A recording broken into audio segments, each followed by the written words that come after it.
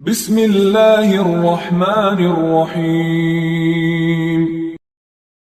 امام مالک نے بیان کیا، ان سے ہشام بن عروہ نے، ان سے ان کے باپ نے، اور ان سے حضرت عائشہ رضی اللہ عنہا نے کہ جب نبی کریم صلی اللہ علیہ وسلم بیمار پڑے تو آپ کی بعض بیویوں ام سلمہ رضی اللہ عنہا اور ام حبیبہ رضی اللہ عنہا نے ایک گرجے کا ذکر کیا جسے انہوں نے حبشہ میں دیکھا تھا، جس کا نام ماریہ تھا۔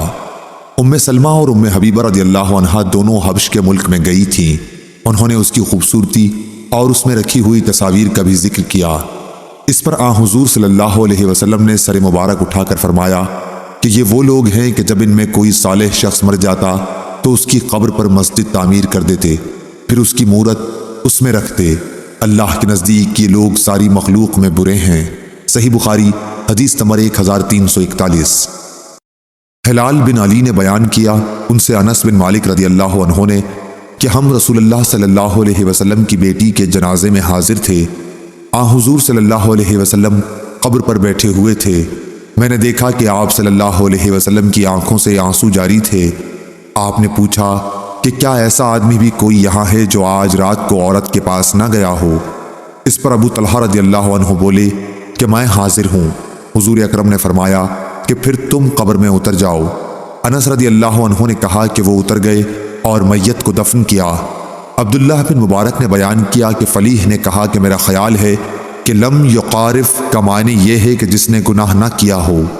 امام بخاری رحمہ اللہ نے کہا کہ سورہ نساء میں جو لیقترفوا آیا ہے اس کا معنی یہی ہے تاکہ گناہ کریں۔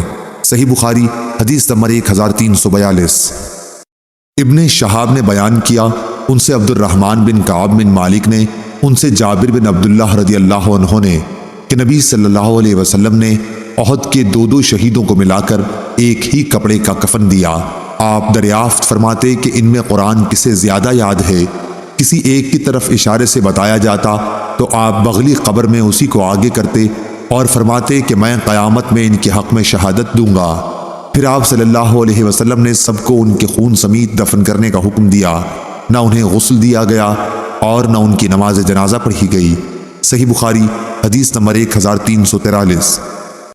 یزید بن ابی حبیب نے بیان کیا، ان سے ابو الخیر یزید بن عبداللہ نے، ان سے عقبہ بن عامر نے کہ نبی کریم صلی اللہ علیہ وسلم ایک دن باہر تشریف لائے اور احد کے شہیدوں پر اس طرح نماز پڑھی جیسے میت پر پڑھی جاتی ہے۔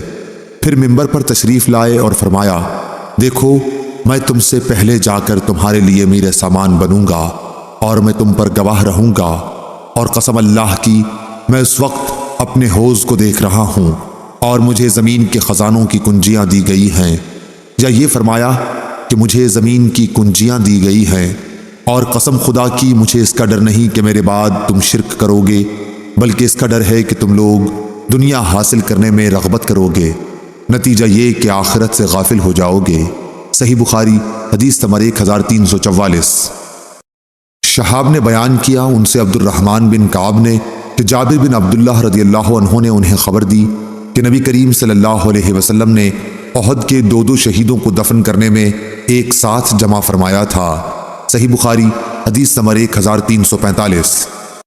لیث بن سعد نے بیان کیا، ان سے ابن شہاب نے، ان سے عبد الرحمن بن کعب نے اور ان سے جابر رضی اللہ عنہ نے کہ نبی کریم صلی اللہ علیہ وسلم نے فرمایا کہ انہیں خون سمیت دفن کر دو، یعنی احد کی لڑائی کے موقع پر، اور انہیں غسل نہیں دیا تھا۔ صحیح بخاری حدیث نمبر 1346۔ ابن شہاب نے بیان کیا، ان سے عبد الرحمن بن کعب بن مالک نے اور ان سے جابر بن عبداللہ رضی اللہ عنہ نے کہ رسول اللہ صلی اللہ علیہ وسلم احد کے دو شہیدوں مردوں کو ایک ہی کپڑے میں کفن دیتے اور پوچھتے کہ ان میں قرآن کس نے زیادہ یاد کیا ہے۔ پھر جب کسی ایک کی طرف اشارہ کر دیا جاتا تو لحد میں اسی کو آگے بڑھاتے اور فرماتے جاتے کہ میں ان پر گواہ ہوں۔ آپ نے خون سمیت انہیں دفن کرنے کا حکم دیا، نہ ان کی نماز جنازہ پڑھی اور نہ انہیں غسل دیا۔ صحیح بخاری حدیث نمبر 1347۔ امام اوزائی نے خبر دی، انہیں زہری نے اور ان سے حضرت جابر بن عبداللہ رضی اللہ عنہ نے کہ رسول اللہ صلی اللہ علیہ وسلم پوچھتے جاتے تھے کہ ان میں قرآن زیادہ کس نے حاصل کیا ہے۔ جس کی طرف اشارہ کر دیا جاتا آپ لحد میں اسی کو دوسرے سے آگے بڑھاتے۔ حضرت جابر بن عبداللہ رضی اللہ عنہ نے بیان کیا کہ میرے والد اور چچا کو ایک ہی کمبل میں کفن دیا گیا تھا۔ صحیح بخاری حدیث نمبر 1348۔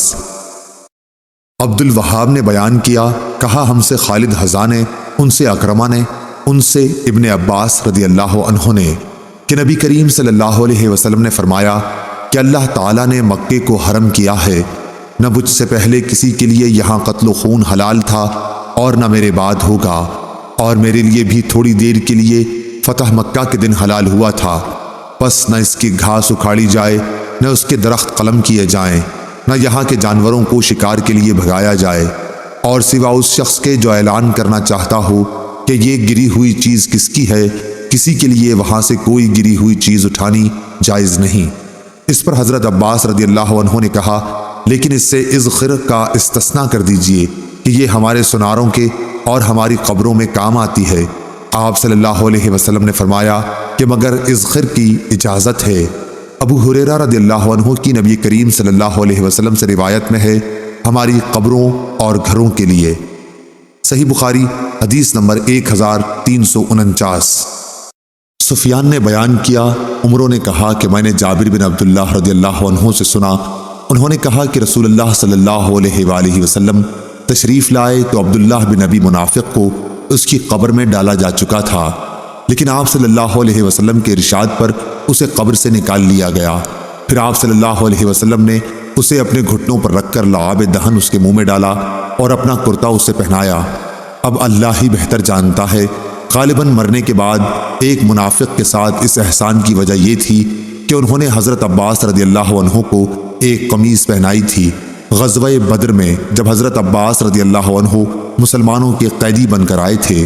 سفیان نے بیان کیا کہ ابو ہارون موسیٰ بن نبی عیسیٰ کہتے تھے کہ رسول اللہ صلی اللہ علیہ وسلم کے استعمال میں 2 کرتے تھے۔ عبداللہ کے لڑکے جو مومن مخلص تھے رضی اللہ عنہ نے کہا کہ یا رسول اللہ صلی اللہ علیہ وسلم، میرے والد کو آپ وہ قمیض پہنا دیجئے جو آپ کے جسد اطہر کے قریب رہتی ہے۔ سفیان نے کہا، لوگ سمجھتے ہیں کہ حضرت صلی اللہ علیہ وسلم نے اپنا کرتا اس کے کرتے کے بدل پہنا دیا جو اس نے حضرت عباس رضی اللہ عنہ کو پہنایا تھا۔ صحیح بخاری حدیث نمبر 1350۔